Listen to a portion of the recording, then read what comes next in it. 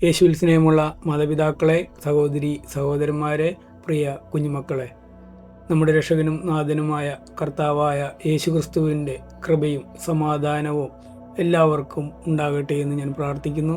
ഇന്ന് നമ്മൾ ചിന്തിക്കാൻ പോകുന്ന വിഷയം പാപത്തെക്കുറിച്ചാണ്. അതിനെടുക്കുന്ന വചനഭാഗം ബാറുക്കിൻ്റെ പുസ്തകമാണ്. ബാറുക്കിൻ്റെ പുസ്തകം 1-ാം അധ്യായത്തിൽ നമുക്ക് കാണാം.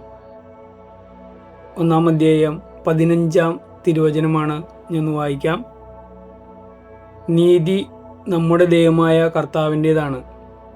യൂദായിലെ ജനവും ജെറുസലേമിലെ നിവാസികളും നമ്മുടെ രാജാക്കന്മാരും പ്രഭുക്കന്മാരും പുരോഹിതന്മാരും പിതാക്കന്മാരും ഉൾപ്പെടെ ഞങ്ങളെല്ലാവരും ഇന്നുവരെ ലജ്ജിതരാണ്. എന്തെന്നാൽ കർത്താവിൻ്റെ സന്നിധിയിൽ ഞങ്ങൾ പാപം ചെയ്തു എന്ന് വചനഭാഗം നമ്മളെ ഓർമ്മപ്പെടുത്തുന്നു. Praise Lord. യേശുവിൽ സ്നേഹമുള്ളവരെ, ഇവിടെ ഇസ്രായേൽ ജനം ഏറ്റുപറയുന്ന ഒരു ഭാഗമാണ് ഇവിടെ നമുക്ക് കാണാൻ സാധിക്കുക. അവർ ചെയ്ത പാപം എന്തെന്നാണെന്ന് ഇവിടെ 18-ാമത്തെ വാക്യം മുതൽ നമുക്ക് വായിച്ചാൽ മനസ്സിലാവും. ഞാനൊന്ന് വായിക്കാം. നിങ്ങൾ അവിടുത്തെ അനുസരിച്ചില്ല.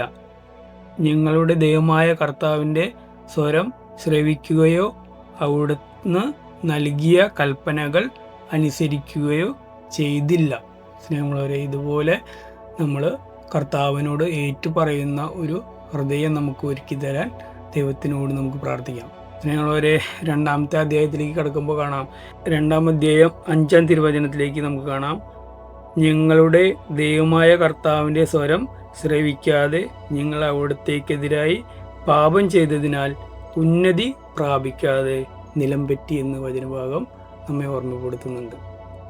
സ്നേഹമുള്ളവരെ, അതുകൊണ്ട് നമ്മുടെ ജീവിതത്തിലെ എന്തെങ്കിലും ഉന്നതി നമുക്ക് വരുന്നില്ലെങ്കിൽ നമുക്ക് ആത്മപരിശോധന ചെയ്യാം. ഇവിടെ സംഭവിച്ചത് അവർ പറഞ്ഞ കാര്യങ്ങൾ: 1, ദൈവത്തെ അനുസരിച്ചില്ല, അവിടുത്തെ സ്വരം ശ്രവിച്ചില്ല, 3, കൽപ്പനകൾ അനുസരിച്ചില്ല.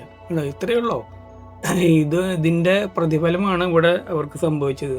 ഞങ്ങളുടെ ദൈവമായ കർത്താവിൻ്റെ സ്വരം ശ്രവിക്കാതെ അവർക്കെതിരെ പാപം ചെയ്തതിനാൽ ഉന്നതി പ്രാപിക്കാതെ നിലം പറ്റിയെന്ന് വചനഭാഗം നമ്മെ ഓർമ്മപ്പെടുത്തുന്നത്. ഇതിന് മോചനത്തിനായി പ്രാർത്ഥിക്കുന്ന ഒരു പ്രാർത്ഥന ഭാഗം ഇവിടെ നമുക്ക് കാണാം. അവിടെ കർത്താവിന് മുന്നിൽ ഏറ്റുപറയുന്ന ഒരു ഭാഗമാണ്. ഞങ്ങളുടെ ദൈവമായ കർത്താവെ, ഞങ്ങൾ പാപം ചെയ്തു, ഞങ്ങൾ അധർമ്മം പ്രവർത്തിച്ചു, അങ്ങയുടെ കൽപ്പനകൾ ലംഘിച്ചു, അങ്ങ് ഞങ്ങളെ ജനതകളുടെ ഇടയിൽ ചിതറിച്ചു, ഞങ്ങൾ കുറച്ചു പേർ മാത്രമേ അവശേഷിച്ചുള്ളൂ. അങ്ങയുടെ കോപം പിൻവലിക്കണമേ. കർത്താവെ, ഞങ്ങളുടെ പ്രാർത്ഥനകളും യാചനകളും ശ്രവിക്കണമേ. 16-ാമത്തെ വാക്യത്തിലേക്ക് വരുമ്പോൾ കാണാം. കർത്താവെ, അങ്ങയുടെ വിശുദ്ധ സ്ഥലത്തു നിന്നു ഞങ്ങളെ കടാക്ഷിക്കുകയും ഞങ്ങളോട് കാരുണ്യം കാണിക്കുകയും ചെയ്യണമേ. കർത്താവിൻ്റെ കാരുണ്യവും ലഭിക്കാൻ നമുക്ക് പ്രാർത്ഥിക്കാം. അങ്ങനെ നമുക്ക് കർത്താവിനോട് ഏറ്റുപറഞ്ഞ് കർത്താവിൻ്റെ സ്നേഹവും കാരുണ്യവും ലഭിക്കാൻ ഇടയാകാൻ എല്ലാവർക്കും സാധിക്കട്ടെ എന്ന് ഞാൻ പ്രാർത്ഥിക്കുന്നു, ആഗ്രഹിക്കുകയും ചെയ്യുന്നു.